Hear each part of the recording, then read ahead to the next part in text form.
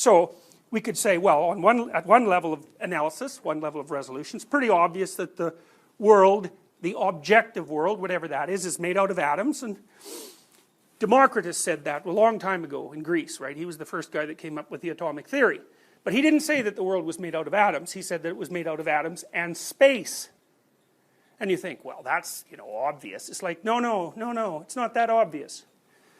Because as soon as you have fundamental particles and space, you can array those particles in space. And you can array them in patterned ways. And the patterned ways are real too. The patterns are real too. So, and without the space, you can't do that. So atoms plus space gives rise to something else. And really what it gives rise to, as far as I can tell, is something very much like information.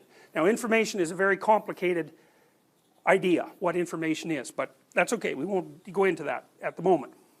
Think about music, right? Music is like atoms of sound, right? Because they're discrete quanta of sound, essentially. And they're arrayed out in patterns across time. And obviously the pattern, the music, is not just the note, it's the pattern across time. Okay, so one of the things we might say is that, well, there's atoms and there's space and there's patterns.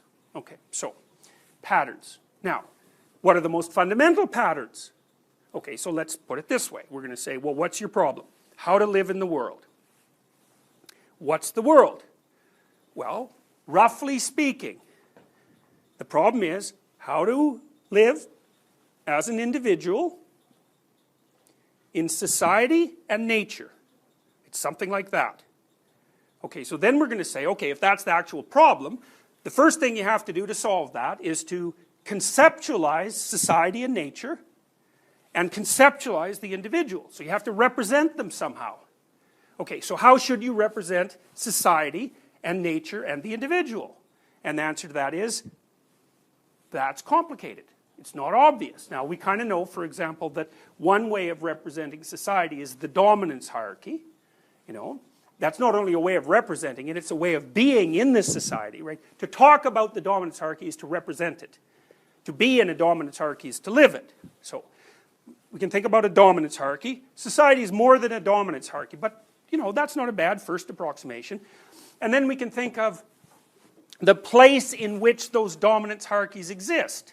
We might think, well, that's, for lack of a better way of conceptualizing, it's nature. So it's complicated because you can't actually sum these concepts up in single words. As far as I can tell, you have to use an array of words and an array of images because the categories are so broad that you just can't sum them up in a single concept.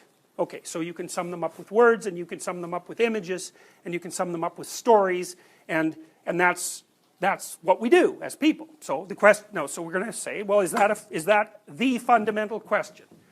How to live as an individual in society and nature? It's like, well, I don't know if it's the fundamental question, but it's a fundamental question, so fine, we'll go with that. It's a story about this god called Tiamat, or Marduk. So here's the basic structure of the story.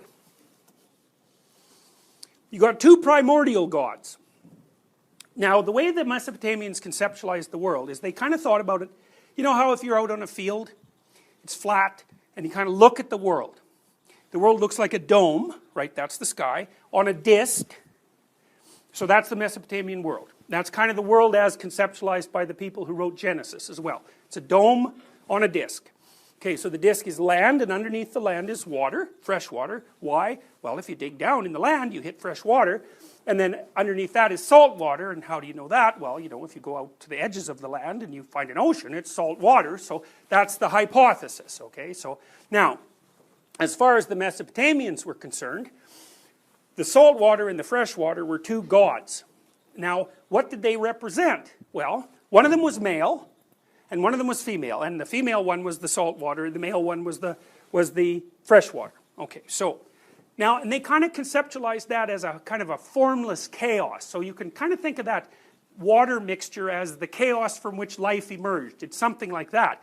But it's also the case, and we should remember, that life did emerge from water, and that without water you don't live. So it's not a stupid idea. It's kind of a low resolution idea.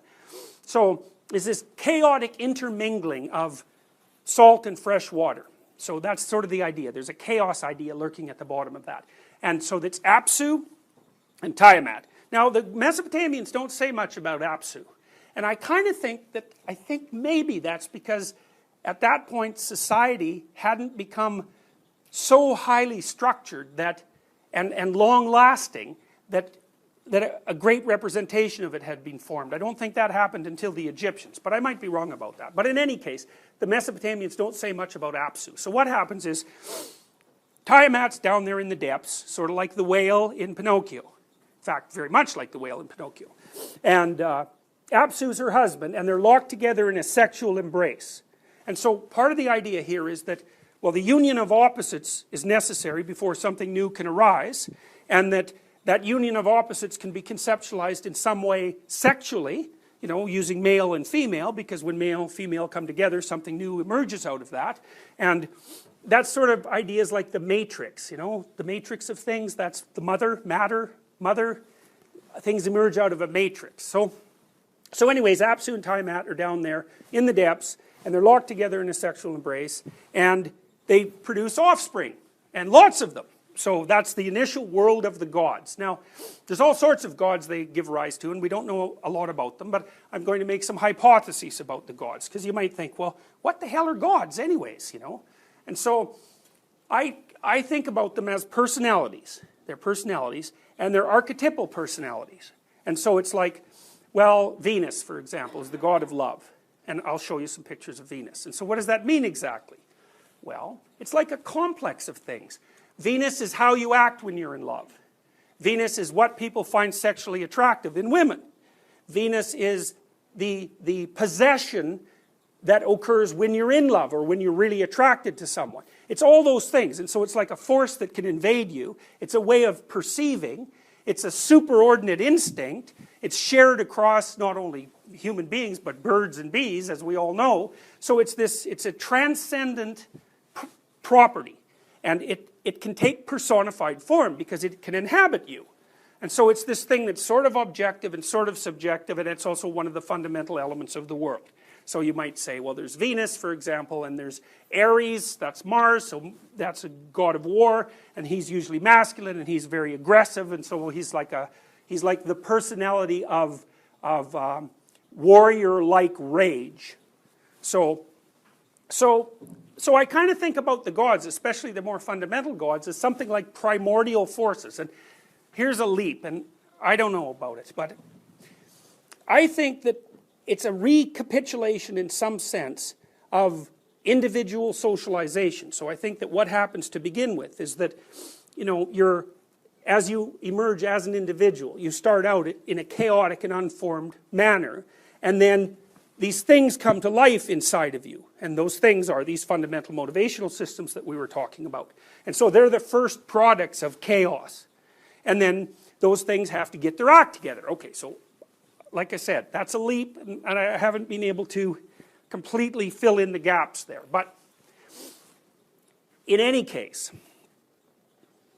all these gods and goddesses get created by Tiamat and Apsu, right? So then they're running around causing trouble, the first gods. They make a lot of racket, they're doing a lot of impulsive and crazy things, and they make a lot of noise, and they're not very cautious, and they make a big mistake. They kill Apsu. And then they live on his body. Now that's a weird one, eh? And you think, well, okay, what's going on there? Well, Apsu is masculine, and so the masculine thing seems to be associated in some way with like God the Father and the dominance hierarchy. And so what does it mean if he's dead? It means that all this chaotic activity that's disintegrated has killed the structure, and so they're all now living on a corpse, which is not a good thing. And maybe they didn't know what they killed, and so imagine they're careless, they're kind of clueless, they don't know what the hell's going on, they break a bunch of rules, and they destroy the orderly element of what initially gave rise to them. And then they live on its corpse. Another way of thinking about that is that that's what you guys do. You're living on a corpse. You're living on the corpse of the past, right? And it's the consequence of the activity of the dead. And it's dead because it's the activity of the dead, right? I mean, the library, there's no life in a library except for the people in it. The rest of it's all ghosts. So you're living on the dead shell of the past. Okay, anyways.